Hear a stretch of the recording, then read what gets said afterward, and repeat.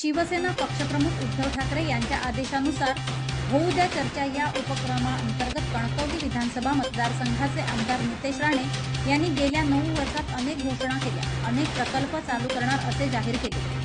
त्यात ag daughters कचरा व्यवस्थापन प्रकल्प, औषध आपल्या दारीसह अन्य जनतेच्या मनातील प्रश्नांची विचारणा युवासेना करणार आहे। गेली 32 वर्ष तुमचे वडील व तुम्ही सत्तेत असताना तुमच्या वरवडे गावातील प्राथमिक आरोग्य केंद्राचा प्रश्न का सुटू शकला नाही? होऊ द्या चर्चा उपक्रमाअंतर्गत जनतेच्या मनातील प्रश्नांची पत्रके युवासेना गावागावात आणि बाजारपेठांमध्ये वाटणार आहे।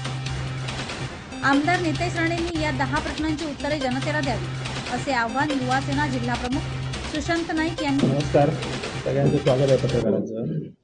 आज पूर्ण महाराष्ट्रभर उद्धवजी ठाकरे यांच्या आदेशानुसार होऊ दे चर्चा या माध्यमातून बीजेपीची जे काही 10 वर्षात स्कीम राबवलेल्या आहेत त्याचा पोलखोल पूर्ण महाराष्ट्रभर होऊ दे चर्चा या माध्यमातून शिवसेना उद्धव बाळासाहेब ठाकरे कडनं करण्यात येत आहे। पण आम्ही युवासेना कणकवली विधानसभा यांच्यामार्फत इथल्या स्थानिक प्रश्न आणि इथल्या ज्या आमदारांनी दिलेली आश्वासनं या संदर्भात आम्ही त्याची पोलखोल युवासेनेच्या माध्यमातून करत आहोत। आम्ही आमदार नितेश राणे यांना फक्त 10च प्रश्न विचारत आहोत की जे आता अजून खूप प्रश्न आहेत, पण आम्ही 10 प्रश्न पहिले महत्त्वाचे काढलेले आहेत आणि ते प्रश्न विचारत आहोत। अशी जनतेची भावना आहे की हे प्रश्न गेले 9 वर्षात सोडवले गेले नाहीत आमदार असून। असे 9-10 प्रश्न मी तुम्हाला सांगतोय। आज पहिल्यापासून सुरुवात करतो की आम्ही प्रथमतः एक सांगेन, अशी आम्ही पत्रकं छापलेली आहेत आणि ही पत्रकं प्रत्येक घराघरात प्रत्येक बाजारपेठेत देण्याचा आमचा प्रयत्न असेल आणि जनतेच्या माध्यमातून म्हणजे आमदार नितेश राणे या प्रश्नाची उत्तरे जनतेला द्याल का या माध्यमातून आम्ही युवासेनेमार्फत हे प्रश्न विचारतो आहे। पहिलं आम्ही तुम्हाला माहिती आहे तुमच्या माध्यमातूनच आम्ही सरकारी दवाखाने जे कणकवली विधानसभेतील होते, जे उपजिल्हा रुग्णालय असेल, PSC असेल, खरं म्हणजे किती वाताहत झालेली आहे त्या यांची आणि कुठच्या सोयी त्या ठिकाणी मिळतात याची आम्ही पोलखोल केलेलीच होती पहिल्यांदा। खरं आम्हाला प्रश्न विचारायचा आहे, त्यांच्या कुटुंबाचं जे SSPM कॉलेज आहे पडवेला ते अद्ययावत होऊ शकतं, हा पहिला प्रश्न आहे आमचा। अद्ययावत होऊ शकतं तर इथल्या कणकवली विधानसभेमधल्या तुमच्या इथल्या विधानसभेमधील सगळी जी दवाखाने आहेत ते का अद्ययावत होऊ शकत नाहीत? त्यांना लोकांना त्याच्यामध्ये चांगली फॅसिलिटी का मिळू शकत नाही? हा आमचा पहिला प्रश्न आहे।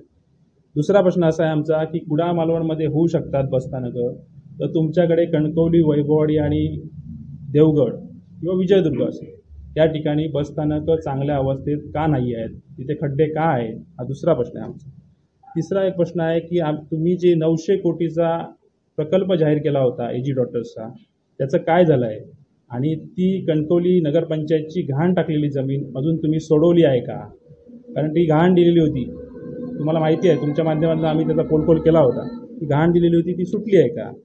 चौथा प्रश्न असा आहे, देशाचे उद्योगमंत्री तुमचे वडील झालेले आहेत आणि 2 वर्ष त्याला उलटून गेलेले आहेत, त्यानंतर तुम्ही खूप मोठ्या वल्गना केल्या आहेत। कणकवली मतदारसंघामध्ये तुम्ही कुठचे उद्योगधंदे आणले आणि किती लोकांना रोजगार दिला? फक्त प्रहार भवनमध्ये भाड्याने देऊन तेवढंच फक्त तुम्ही उद्योग आणला स्वतःच्या मुलांसाठी, बाकी कुठचाही उद्योग तिथे आणला गेला नाही। त्याच्यानंतरचा प्रश्न आहे, गेली 9 वर्ष आमदार असून देवगडचा शहराचा पाणी प्रश्न, शेवगड पूर्ण तालुक्याचा पाणी प्रश्न अजून ते सोडू शकले नाहीत। 5वा प्रश्न असा आहे की 25 वर्षात तुमच्याकडे वरवडे 25 वर्षात म्हणजे राणे कुटुंबाकडे मी म्हणेन की 1991 सालापासून 2023 सालापर्यंत राणे कुटुंबाचा कोणतरी प्रतिनिधी या सिंधुदुर्गवासींनी दिलेला आहे आणि ह्यात प्रतिनिधी दिलेला असताना त्यांना खासदार आहेत, आमदार केलं, त्याच्यानंतर मंत्री केलं, मुख्यमंत्री केलं। गेल्या 30 ते 32 वर्ष तुमची ह्या ठिकाणी सिंधुदुर्गवासींनी तुम्हाला प्रेम दिलं, पण वरवड्यासारख्या गावात तुमचे प्राथमिक जे आरोग्य केंद्र आहे त्याची अवस्था काय आहे अजून?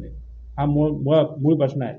म्हणजे सिंधुदुर्गवासींनी तुम्हाला भरभरून दिलं, पण तुम्ही सिंधुदुर्गवासींना काय दिलं हा मुळात प्रश्न युवासेनेकडनं विचारला जात आहे। हा जनतेचा प्रश्न आहे। सिंधुदुर्गात जोडणारा पुढचा प्रश्न असा आहे की सिंधुदुर्गात जोडणारा गगनबावडा फोंडा घाट असेल, याची दुरवस्था अजूनही तुम्ही दरवर्षी बघता। गेली 9 वर्ष आमदार नितेश राणेंचा एकच प्रोग्राम आहे, गगनबावडा घाटात पाऊस आला की भेट देणं, तिथे उभं राहणं, अधिकाऱ्यांबरोबर फोटो काढणं आणि आहे ती अवस्था पावसाळ्यामध्ये राहणं। आजही अवस्था तीच गगनबावडा घाटाची आहे। सगळ्या घाटांची तेच अवस्था आहे. म्हणजे जी सिंधुदुर्ग कोल्हापूरला जोडला जातो आहे ते तोच रस्ता खराब आहे. त्याच्यामुळे दळणवळण कशा परिस्थितीत चांगल्या पद्धतीत येणार, पर्यटन कसं वाढणार, हा प्रश्न इथे उपस्थित होतो आहे.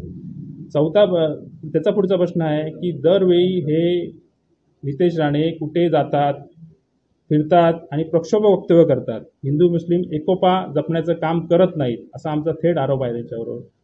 आधी हे पूर्ण समाजवादी होते, काँग्रेसमध्ये होते तेव्हा दाखवले गेलं होतं. त्यांनी RSS वाल्यांवरती हाफ चड्डीपासून गडकरींचा पुतळा पाडण्यापर्यंत बक्षिसं ठेवली गेली होती. आणि आज तेच नितेश राणे मी कसा RSSचा सच्चा कार्यकर्ता आहे, मी हिंदुत्ववादी कसा आहे, त्यामुळे त्यांना मंत्रिपद मिळालं पाहिजे ह्याच्यासाठी जे खटाटोप करतायत आणि एखाद्या समाजाला टार्गेट करतायत हे चुकीचं आहे. आणि त्या पद्धतीने त्यांना हा प्रश्न जनतेतून विचारला गेला आहे आणि ही जनता त्यांना योग्य वेळ आल्यावर उत्तर नक्की देईल असं मला वाटतं.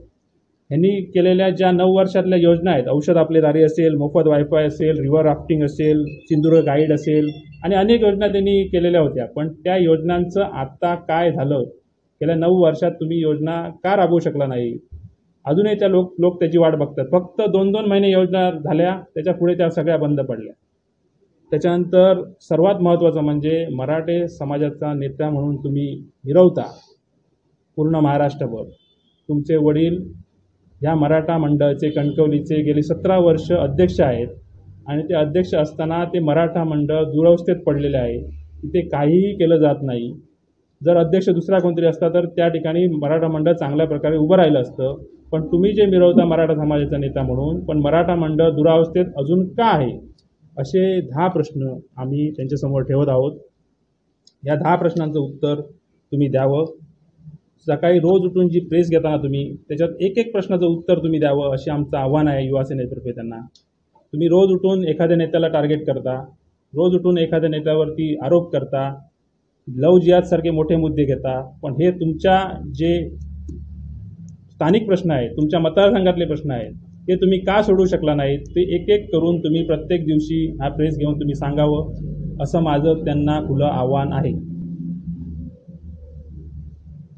आणि ह्या माध्यमातून आम्ही जनजागृती करणार आहोत. आमचं युवा सेनेचं ह्यानंतर पुढच्या आठवड्यात गाव संपर्क. तर अधिक बातम्या आणि अपडेट्ससाठी पाहत रहा सिंधुदुर्ग 24 तास.